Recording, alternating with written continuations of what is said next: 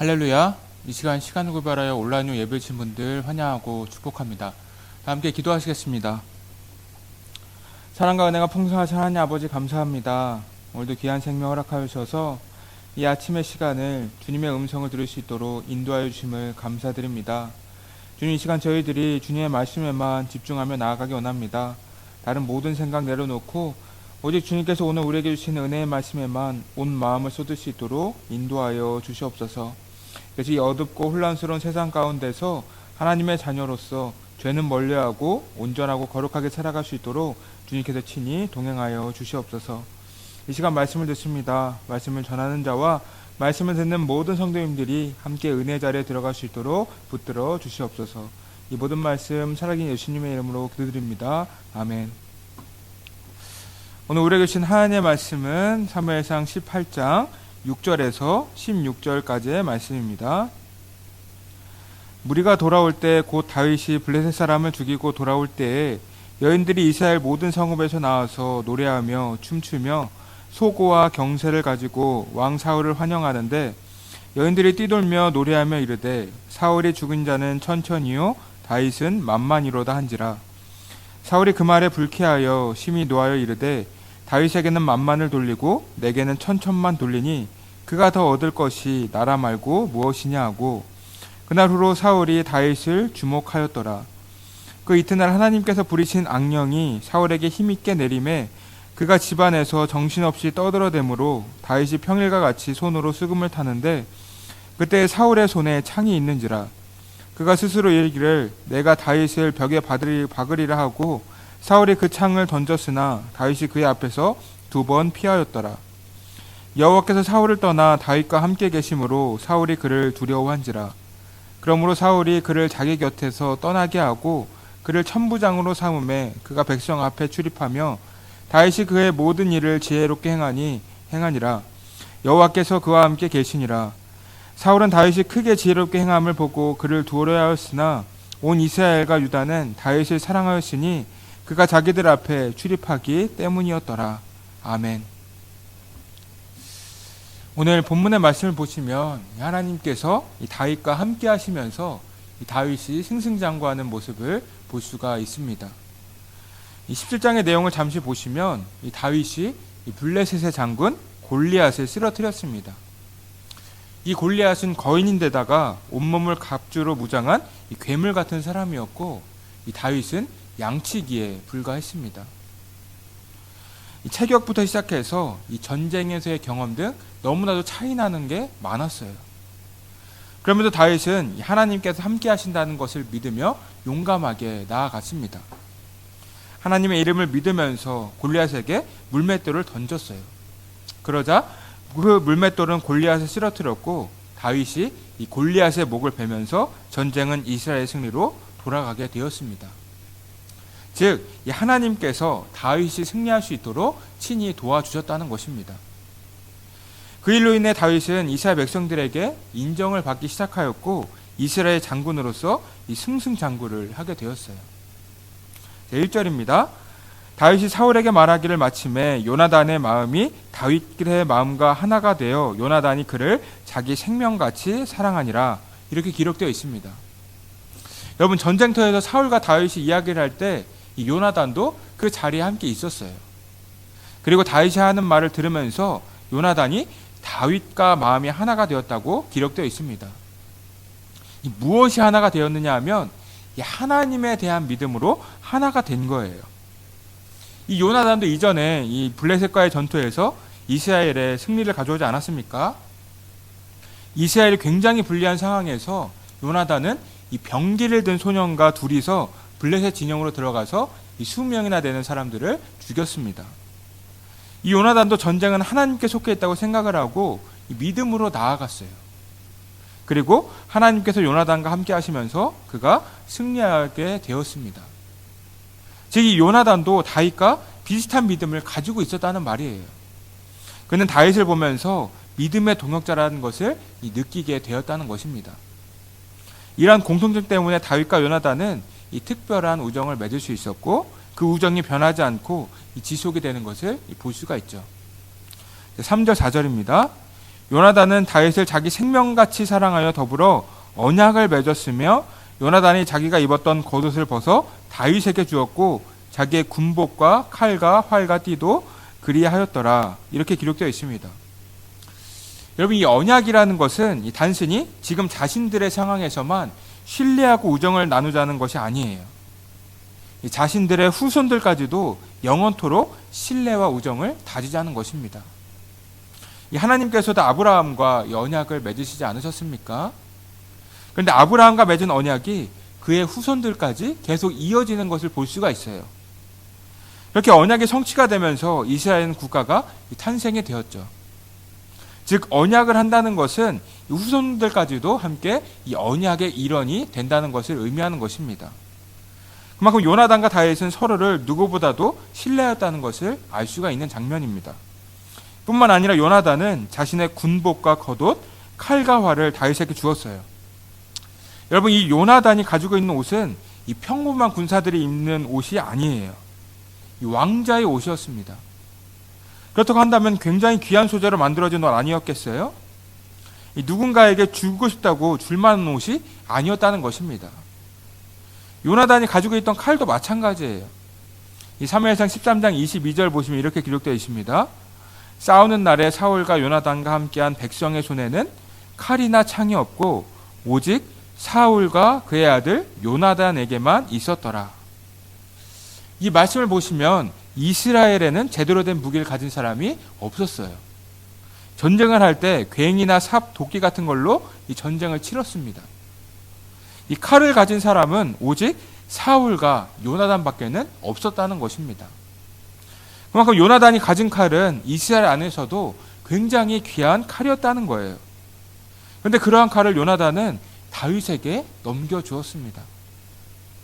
여러분, 요나단이 다윗에게 왜 이렇게까지 했을까요? 보통 친구라고 한다라도 이 본인이 귀하게 여기고 아끼는 것은 주지를 않잖아요. 이 서로 간의 우정만 나눌 수 있으면 좋은 것 아닙니까? 여기는 특별한 의미가 담겨져 있습니다. 요나단의 이러한 행동은 이 왕권에 대한 모든 세속적인 권리를 이 다윗에게 양도하는 것을 의미하는 거예요.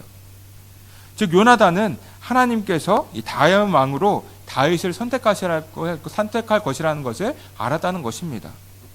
그렇기 때문에 하나님께서 함께 하시는 다윗에게 주목하면서 충성을 다하고자 했다는 거예요. 그런데 다윗에게 주목한 사람은 요나단뿐이 아니었습니다. 이 백성들 또한 다윗에게 주목하는 것을 볼 수가 있어요. 이 다윗이 블레셋의 사람들을 죽이고 돌아왔을 때 여인들은 성에서 나와서 이 찬송을 불렀습니다. 자, 7절입니다. 여인들이 뛰놀며 노래하여 이르되 사울이 죽인 자는 천천히요 다윗은 만만이로다. 자, 여러분, 여인들의 노래 속에는 이 당시의 인기도와 민심을 엿볼 수가 있어요. 이 사울과 다윗 두 사람 모두 영웅이긴 하지만 이 사울이 죽인 자는 1000명이라고 하고 다윗이 죽인 자는 10,000명이라고 하면서 다윗을 더욱 높이고 있습니다. 즉, 이 사람들이 사울보다도 다윗을 더 높게 평가를 하고 사랑했다는 것입니다. 이러한 장면은 이 하나님의 섭리에서 비롯된 거예요. 하나님께서 다윗을 이스라엘의 두 번째 왕으로 선택하시지 않았습니까?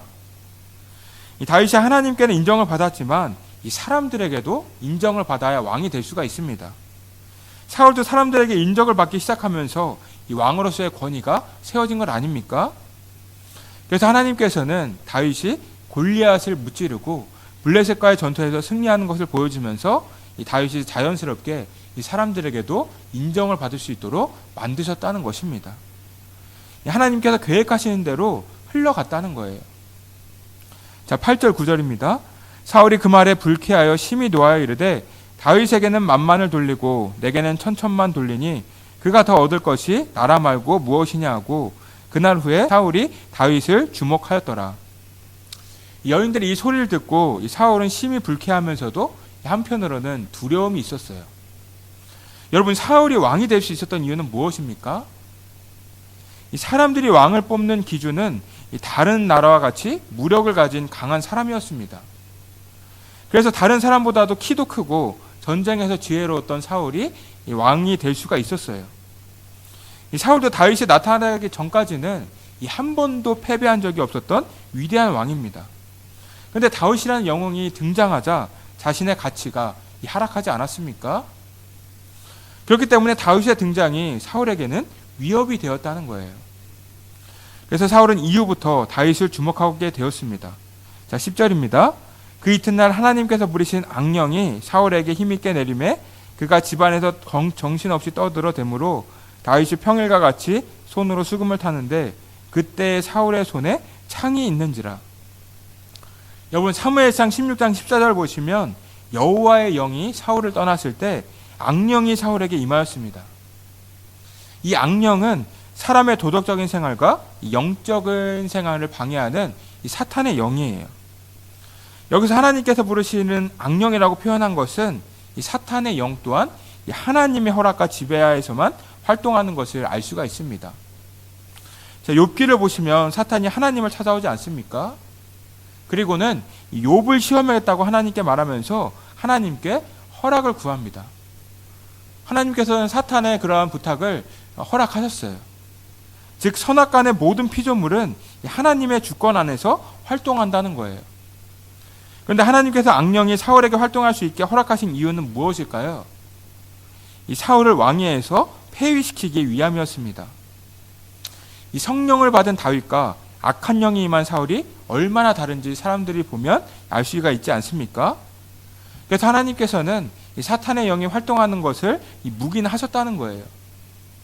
지금 사울은 수금을 타고 있는 다윗을 보면서 이 시기와 질투를 느끼고 있습니다. 그래서 옆에 있던 창을 잡고 이 다윗에게 던졌어요. 그러나 다윗은 이 사울 앞에서 2번 피하였다고 되어 있습니다.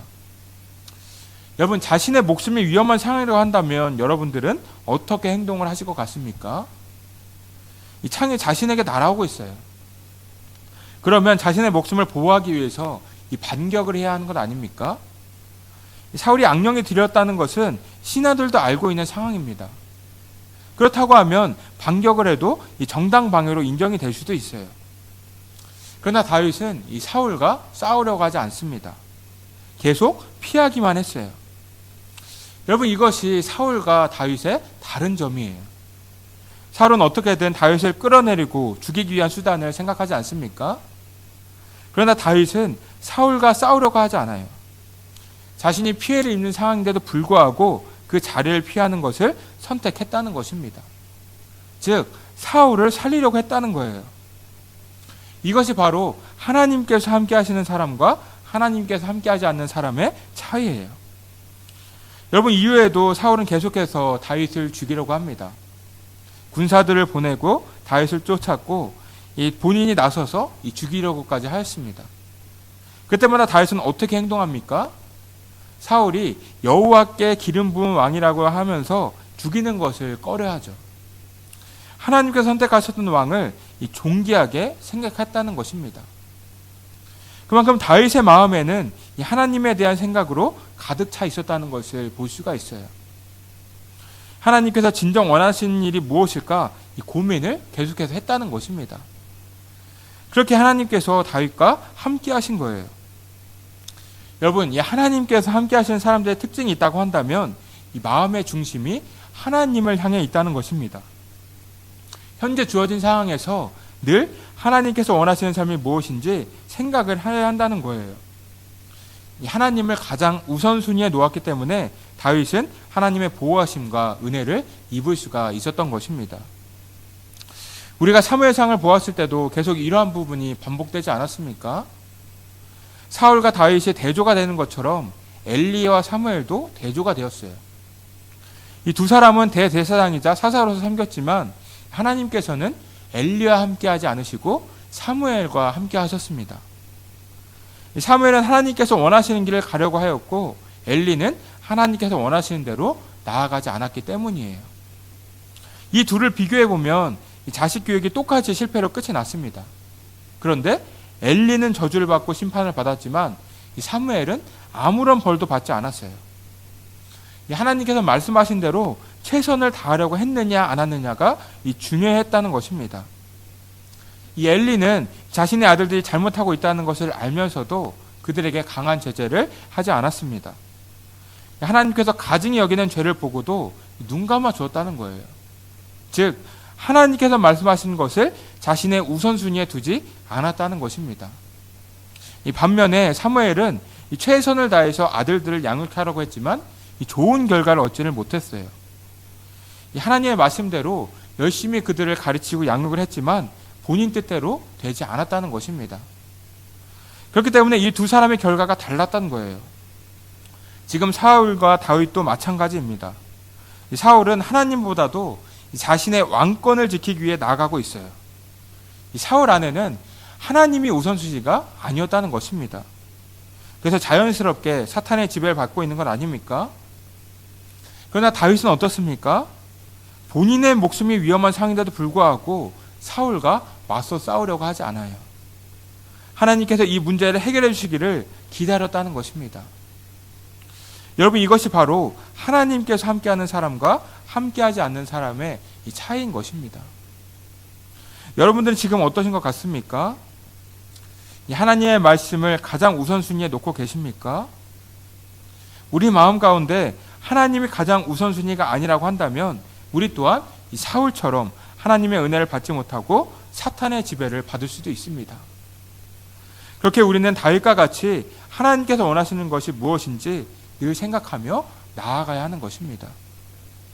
우리가 이성적으로 생각하기보다 먼저 하나님께서 원하시는 방법이 무엇인가 생각을 해봐야 된다는 거예요.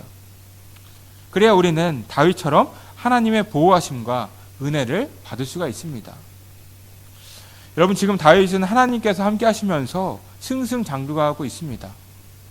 악한 세력의 방해가 있음에도 불구하고 하나님의 섭리는 막을 수가 없었던 거예요. 그렇게 우리 또한 하나님께서 함께 하시는 사람이 되어야 합니다. 그저 입술로만 고백하는 것이 아니라 우리 마음 가운데에서 말씀하시는 성령님의 음성을 듣고 그 말씀대로 살아가야 한다는 것입니다. 그렇게 하였을 때 주님의 축복을 받을 수가 있는 거예요. 여러분들이 모두 다윗처럼 하나님을 가장 우선순위에 놓으시면서 이 하나님의 은혜를 충만하게 받으시기를 주님의 이름으로 축복합니다. 이 시간 함께 기도하겠습니다. 첫 번째로 기도할 기도 제목은 우리가 다윗처럼 우리 마음 중심에 하나님을 가장 우선순위에 놓고 나아가는 삶을 살게 해달라고 기도해 주시고, 두 번째 우리에게 연로하신 분들과 많은 분들의 건강을 위해서 기도해 주시기 바랍니다. 마지막 세 번째로는 우리 다음 세대들의 믿음의 성장을 위해 기도해 주시기 바랍니다. 기도하겠습니다. 사랑과 은혜가 풍성하신 하나님 아버지, 감사합니다. 오늘도 귀한 아침 시간에 함께 말씀을 나누게 하심을 감사드립니다. 주님, 저희들이 하나님께서 함께 하시는 다윗을 살펴보았습니다. 다윗이 마음의 중심에 늘 주님을 우선순위에 놓았기 때문에 주님께서는 그 마음을 보시고 다윗과 함께 하시면서 그를 도우시고 보호하셨던 것처럼 저희 또한 그러한 삶을 살아가기 원합니다. 저희들도 다윗처럼 다른 모든 것들을 내려놓고 주님을 우리 인생의 가장 중심에 놓고 나아갈 수 있도록 인도하여 주시옵소서.